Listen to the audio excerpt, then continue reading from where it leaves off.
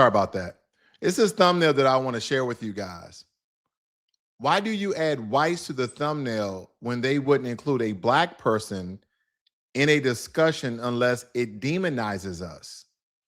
And my response was, I understand your position. Tell me this. List one piece of legislation that got passed that benefited Black Americans without the support of white politicians. In addition, just to drive the point, even the Underground Railroad was with the massive support of white people who were abolitionists, right? And then there was a second comment that someone made responding to the regression. Why is Black American regressing? They said DEI is over. That's why it looks like you're regressing. And I stated, check the records. White women and white men benefited the most. So yeah, it's just us with a whole lot of racism, meaning that we do have some blame. But we understand that we go through a multitude of different systems that prevent us to our true potential and have true opportunities. This is where emotion and strategy start fighting each other, because those comments, I don't think they're aligned with the strategy. Why do you add white people to your thumbnails? They wouldn't include us unless it's to demonize us. And I heard them, and I understand the frustration. And again, the question is, name one piece of legislation in American history that benefited Black Americans that passed without white political support. I'll wait. See, this is where the Black logic really kicks in, because we can't just operate on how we feel. We have to operate on how power actually works. Let's go to history, not TikTok history, real history. You think the Civil Rights Act of 1964 passed off Black votes alone? No. Black people didn't have the numbers in Congress. We didn't control the Senate. We didn't control the House. The law passed because white politicians voted yes. You think the Voting Rights Act of 1965 just magically appeared because we marched hard enough? No. Marching and protest raises awareness. The work still has to be done with pen and pad. And then all the changing of dollars in order to get a lot of this legislation passed. It passed because there were white allies inside the system who pushed it through, regardless of their agenda. I know. The only reason why Black Americans are Democrats today is because Lyndon B. Johnson, the president at the time, pulled a power move. At the time, over 85% of Black Americans prior to Lyndon B. Johnson was voting Republican. The Republicans were not trying to pass the Civil Rights Act, and Lyndon B. Johnson, Democrat, say, I'll pass it. Because we'll have them voting Democrat for the next 200 years. And we're going on 65 here. So we still got 135 to go. Let's go even further back. You think Harriet Tubman ran the Underground Railroad like a solo superhero movie? No. That network was filled with white abolitionists risking their lives, their homes, their families. Black carriage, we built it, but coalition power sustained it. Now let's bring this today, because this is where we start losing the plot. Our population here in the U.S. is roughly 14%. That means something very simple and very uncomfortable. We do not have the numbers to pass federal, even most state legislation by ourselves. Not with votes, not with dollars. Do we have to look at the economics between the different demographics?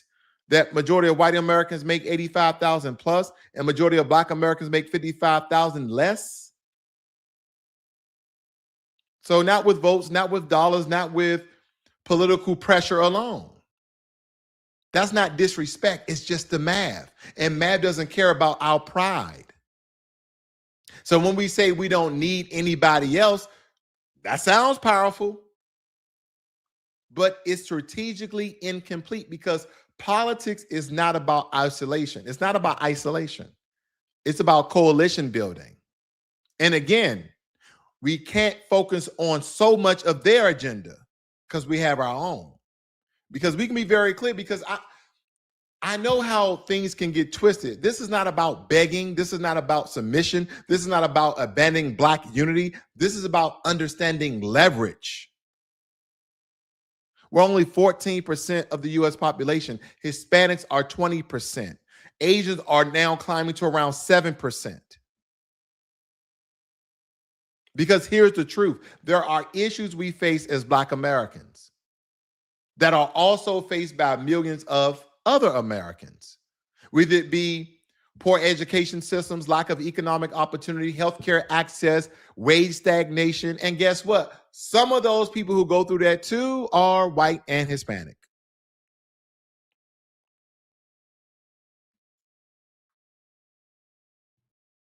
Now that is where the strategy comes in. Instead of saying, y'all not invited to the cookout, the real question is, who has the same problem and how do we align interests to win? Because when interests align, votes stack, the pressure builds, and laws get passed. That's how power moves, not in isolation.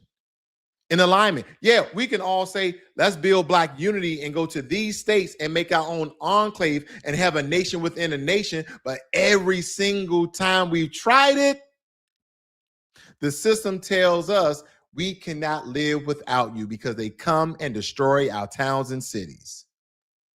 So the question is this: do we keep letting them destroy it and keep rebuilding? Or in this assimilation drill that we're in this matrix, do we somehow figure it out? Because other groups have, other immigrants have. Just because you live in Southeast DC and I live in New York, you live in New York, I live in California, doesn't mean that we can't be business partners, especially not in this day and age. We find like-minded people who want to build business and create opportunities for our people. The only people that's a nation inside of a nation are the Native Americans. And the white power structures that be made sure they will be the only ones. Have you noticed? So we have to change strategy just a little bit.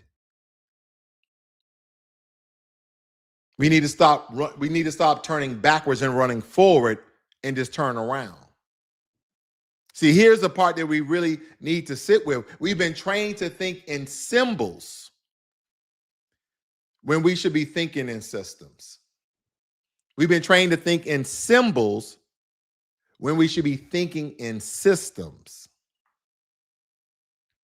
There's something else I want to show you guys to drive it even more home.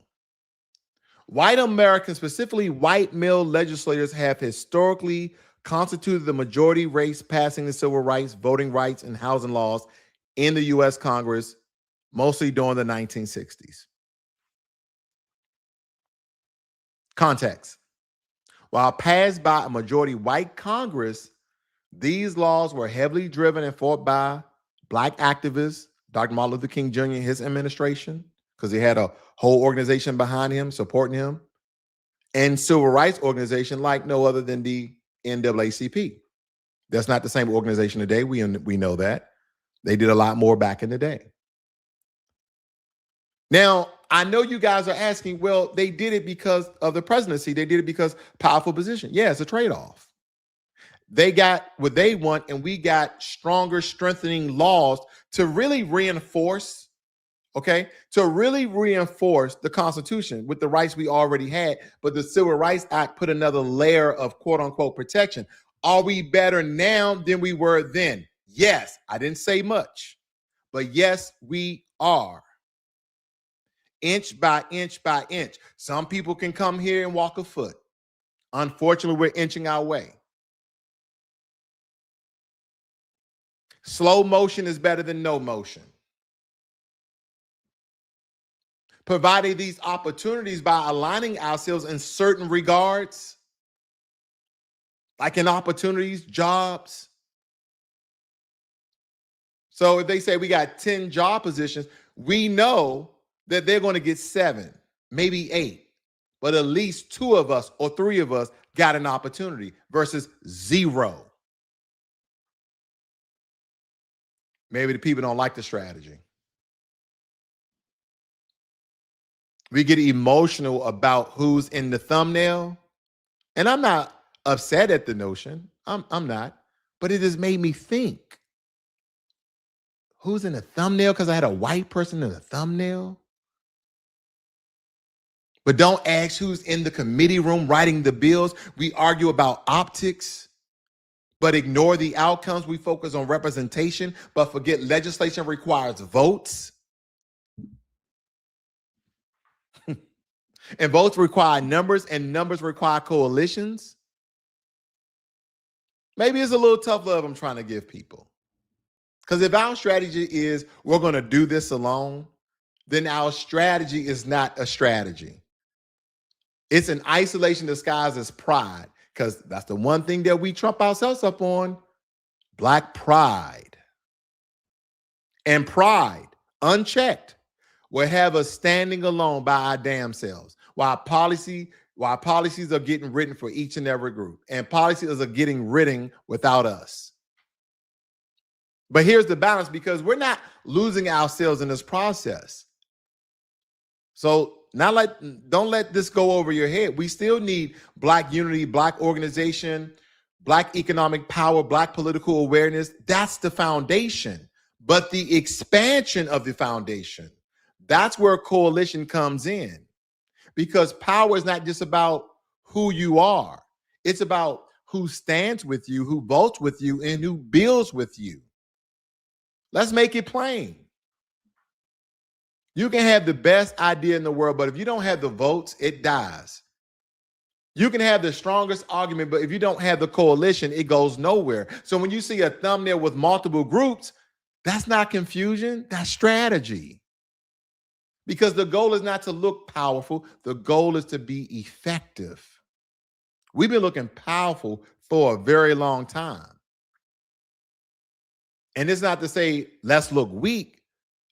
Let's change the strategy. Let's be effective. And effectiveness requires something many people don't like to admit. We need allies. If we want to bring up our great ancestors like Harriet Tubman, how did she free all of those slaves? Oh, on the Underground Railroad. Who were a part of the Underground Railroad? White abolitionists. Majority of Black people work for who? White people. Are there Black people with businesses? Yes. Are there Black people working for Black people? Yes. But the vast majority of Black people work for white people. And Black people have white friends and white people have Black friends. We need allies, strategic ones, not performative, not fake, not temporary, but those whose interests align with outcomes that we need. I'm not doing the MLK kumbaya, little Sarah go with little Johnny together. No, I'm not stating that. That's how every major shift in America history has to happen, not by one group alone, but by groups that understood we can't win this by ourselves, but together we can't be ignored. So no, this isn't about putting white people in a thumbnail. This is about putting reality in the strategy, because at the end of the day, you don't pass laws with feelings. You pass laws with votes. And the question is no longer, who do we like? The real question is, who's willing to stand on business and vote with us when it matters? That's Blacklogic. I'm going to read some of your comments here since I'm live. What's going on, Jermaine Anderson, B12, your family? Tank said, I'm trying to follow, but I'm missing what the starting point is. We not alone, it's over. What allies have done with a thumbnail? Okay, I'm gonna bring you up to speed. Okay, I'm bring you guys up to speed. Problem is that we can't trust other people. They demonstrated that ally coalition no longer work for FBAs. We need collaborators in access, which is different from allies to provide more support. Okay, so I've received, and I'll address what you guys have stated. Not that I'm refuting anything that you guys are stating, because I don't believe I know every single thing that we need to do. I don't know that the strategy I'm currently working on is good or not, but we'll see. King Donner stated, why do you add whites to the thumbnail when they wouldn't include a black person in a discussion unless it demonizes us? And below you have my response. See, we can say all the things that we're stating now because of the current position that we in. But a lot of our great master teachers, Dr. Martin Luther King Jr., Malcolm X, the well-known ones, Fred Hampton, etc., they took a lot of sacrifice, not just with their lives. They took a lot of compromises. Do you not think there was a lot of compromises to have MLK to put pressure on the Lyndon B. Johnson administration to sign that legislation? And if we don't think that the agenda of the Democrats at the time that signed it wasn't to keep those powerful positions, and they've been winning the black vote each and every time, just do your history. And this is not to be, any sort of way, but prior to 1960, majority of black Americans were Republicans. Why? Because we had conservative mindset, not to associate yourself with the Republican Party of today, but the traditional conservative values, not these liberal values that have been pushed on the black community. And now we see that we are far worse than we were before, even under Jim Crow. So the alignment and strategic, what I'm referencing is, if they're not, and we going to beat the drum on reparations, again, I'm all for reparations. I'll vote on it, whatever it needs to happen to pass it. I will do it. But it looks like not in my lifetime this is going to occur. Now, I know there's been some wins in some small cities, but not on a state level just yet, but some small cities. Okay, but not even on a national level. But I don't want this to be solely about reparations, because this is much bigger than that. We can't wait on reparations. We cannot wait on it. We're going to wait on it and be broke and die. We have to think about progress, because we have been regressing. Yes, we have systematic issues. Yes, there are systemic barriers in the way. Yes, we lack opportunities. But now that we know all of the problems, we need to start create solutions and create different strategies. Because when I look at all our great master teachers and our ancestors and everything they did for us to be where we are today, not under Jim Crow, not going through some of the same things that they have been going through, and a lot less. Don't get me wrong, there's still racism, discrimination, bigotry, all that still exists, but not at the same level it was then. Back then, when white people used to just randomly pick up a black person and kill them, they didn't go to jail. Now, there's a stronger possibility they go to jail, like a Derek Chauvin with George Floyd. I know it had to be public arrest.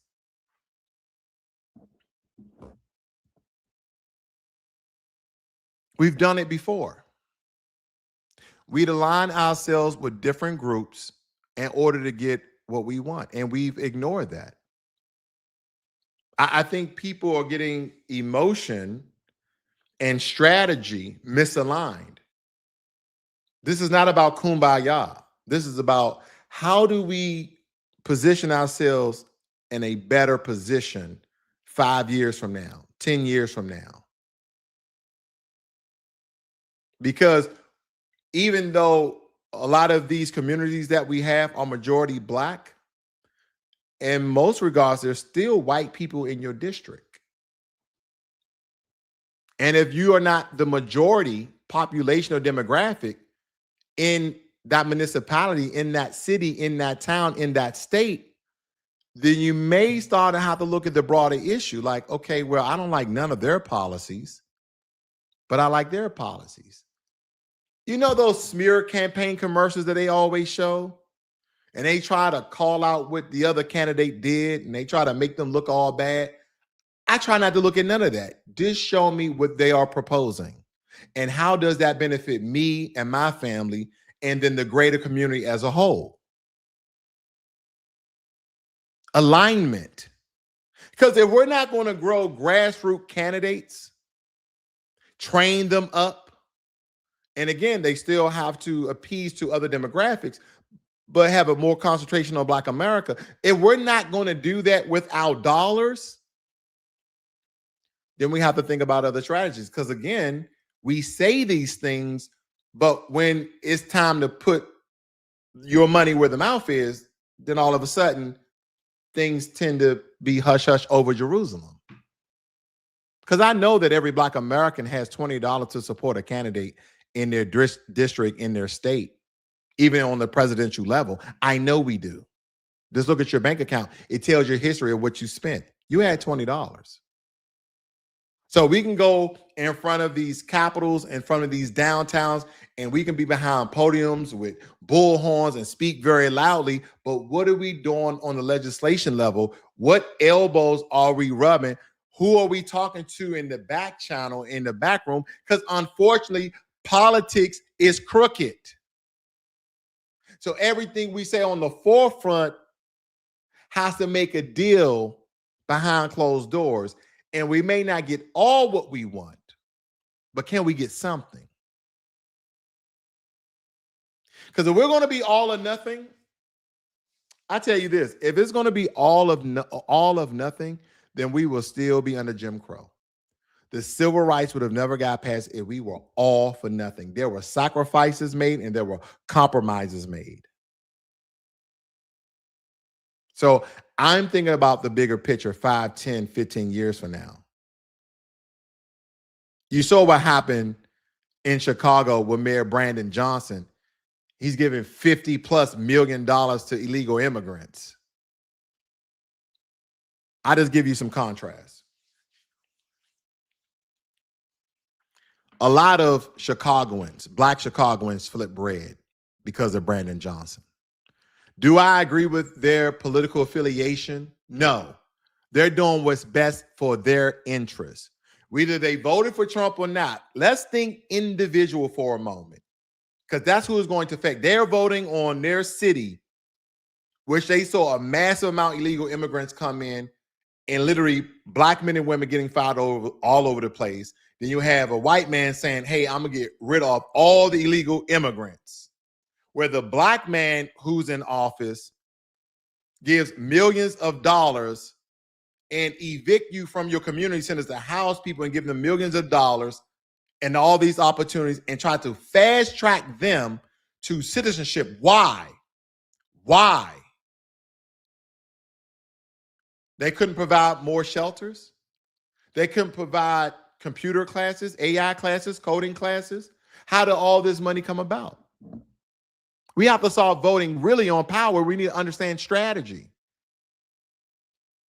Not that I agree with their vote for Donald Trump, but I understand it. I understand it. If you see your opportunities evaporate because now they can hire 3 versus you, then what's your choice? I think I may need to go with the orange man on this one. That's probably what they were thinking. I don't know. But I understood. And if we don't understand that different strategies to make our lives where we are important, then we'll never get it. We'll never get it. Excuse me, we'll never get it.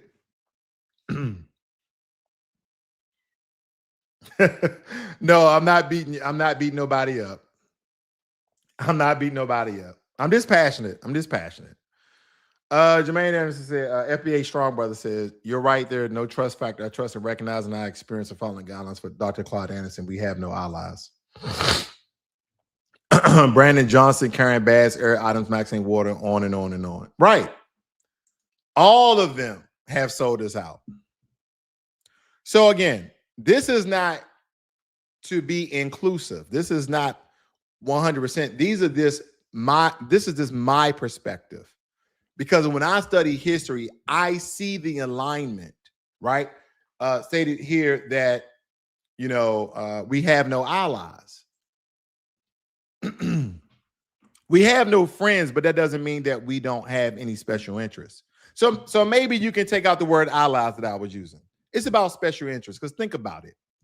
What special interests did white abolitionists have to help Harriet Tubman on the Underground Railroad and sneak and enslave black people to go to the North and be free? What was their incentive? Were they an ally? Did they didn't want to see black people in chains, raped, murmured, killed, hung, dismembered, for each other to death for sport, fed to crocodiles and alligators? My only question is, were they our allies? Did they have special interests? However you want to paint it, however you want to describe it, whether it be alignment, special interest, they get something, we get something, their agenda, our agenda. Listen, this is about progression and moving forward. This is not about confusion. Because the truth is, who's really willing to stand on business? We did the no vote. We sat on the couch. President Trump won. Not everybody's happy. He did some things he said he was going to do, and then most of the things it blew up in everybody's face. Now he has even his own base going against him. Candace Owens, Megyn Kelly, Tucker Carlson, Nick Fuentes, Alex Jones, all the MAGA base who was MAGA, are going against them now. Hey, they took a chance. Everybody, when you vote, you don't know what that candidate is going to do in office. You don't have no idea. But people said that if Trump was going to get nominated again, something crazy was going to happen, and here we are. So it was either 20 more million immigrants or Trump going to war with Iran.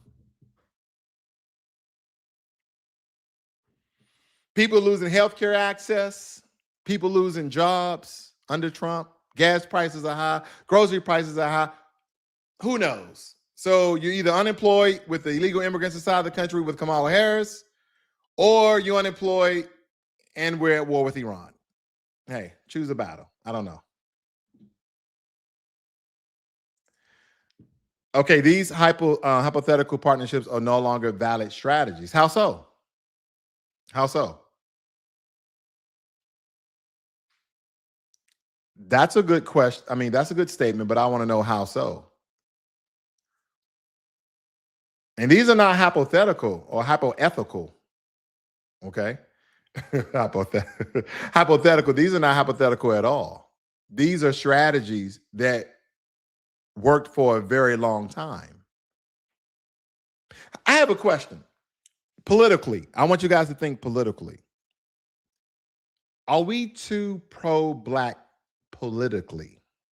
If anybody, and again, I don't want, again, this is geared to be a non-emotional conversation. I really want us to really use our intellect to think politically. Is it good or bad to be super pro-black? Meaning, like, I want a black candidate. I want him, I want everything biggity, biggity, biggity, biggity, black, black, black, black, black, black. What if one candidate, let's take Chicago since we were talking about Chicago. You got Mayor Johnson and you got Mayor John, some white dude. And he's like, yeah, I'm going to come into the black community. I'm going to rebuild your community centers. I'm also going to have 2 days a week for the next year, people to come in and teach AI certifications. And Mayor Johnson say, Mayor Brandon Johnson say, yeah, we're going to let in another 10 million legal immigrants and give them apartments, work permits, and fast track to citizenship. Who should you vote for? Should you be pro-black? I'm going with the black man, and he's going to do right by black people. Black, black, Karen Bass, black, Eric Adams, black. And they did all these things for immigrants because they were doing the bidding of the Democratic Party. These Democratic shills in these mayor positions have been doing the bidding of the Democratic Party. So I don't care what color somebody is. I care what they're going to do for our communities. I care what they're going to do within our communities. I think every neighborhood around America should have community centers that have basketball courts, football fields, computer labs, arts and crafts, things for children to do after school that the community pays for, just like we do fire departments, police departments, etc. You see all the tax money that they take from us, and then they have all these splurge funds, these legal. I don't even want to get into Doge. Okay, I don't want to even get into that. But I'll let that ride for a moment. Thank you guys for joining me here. Said because FBA always get the short end of the stick, coalition are not equal in the benefits that they are reap. Absolutely not. Absolutely not. Now, don't get me wrong. I'm not refuting anything anyone's stating, because it's all truth to a certain degree. But again, I'm looking at the bigger picture. I really am. And maybe your bigger picture doesn't align with my bigger picture, because my bigger picture is really analyzing history and how we got to where we are today. It took a lot of small steps, but it also took people who aligned or knew they were getting something out of the deal. So let's eradicate the word ally, since that bothers people. It doesn't matter to me. I speak the words as they come. That's probably not always a good thing, but I speak them as they come. But we still need people, and they're going to be non-Black people, to support some of the things that we need for ourselves in our communities and neighborhoods. That means some white people are going to have to vote for the candidate that we believe is best for us. So we're going to have to align on certain issues. We may have to compromise other. Again, slow motion better than no motion. Progression is better than regression. And that's how we are here today. That's why we're still not under Jim Crow. So again, history can be a teacher. I know you guys learned that. FBA Strong says, how so? The current tone of the groups aligned with the Dems say nothing about FBA. Their agenda is strictly about immigrants, LGBT. We're familiar with the examples, reparations for Somalians. I agree. I ain't say nothing about no damn Democrats. I ain't say nothing about Republicans. I am telling Black people to read legislation. That's all we have. Because believe it or not, if you go into, and I don't know if the website's still up, President Trump Agenda 47, a lot of those video clips that he created, he is actually doing a lot of things that he said that he was going to do.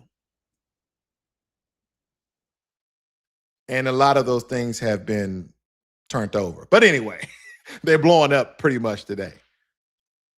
But when we look at these things, whether it be on a federal level or a state level, we're voting for our own special interests. And the way that we've been going about this has not been working out for us. Yeah, we've been hurting the Democrats. That's easy. Just don't vote. If you don't want to vote Republican, but you want to hurt the Democrats, then don't vote Democrat. Because yes, we have a lot of Democratic shills that wear the same skin color, but they sold out. We got it. We understand that. But let's look at all the candidates that's running in these different districts and states, and even for the presidency every 4 years. When we look at their legislation, what are we willing to compromise? Think of it like this.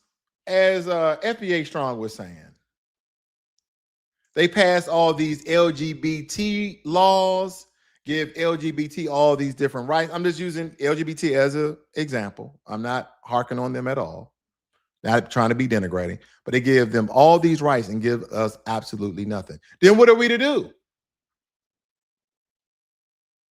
Are we to look at other candidates where they may not have a quote unquote Black agenda, but we can see how that legislation benefit us and our communities?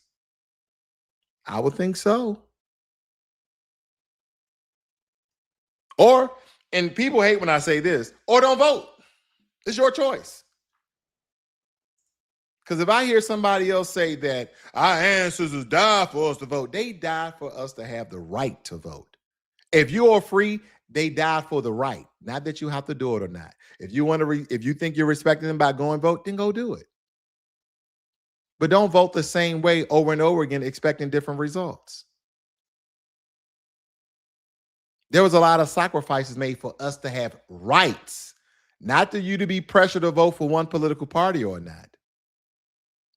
That's not what they died for, at least not in my opinion. Anyway, you guys have a good day.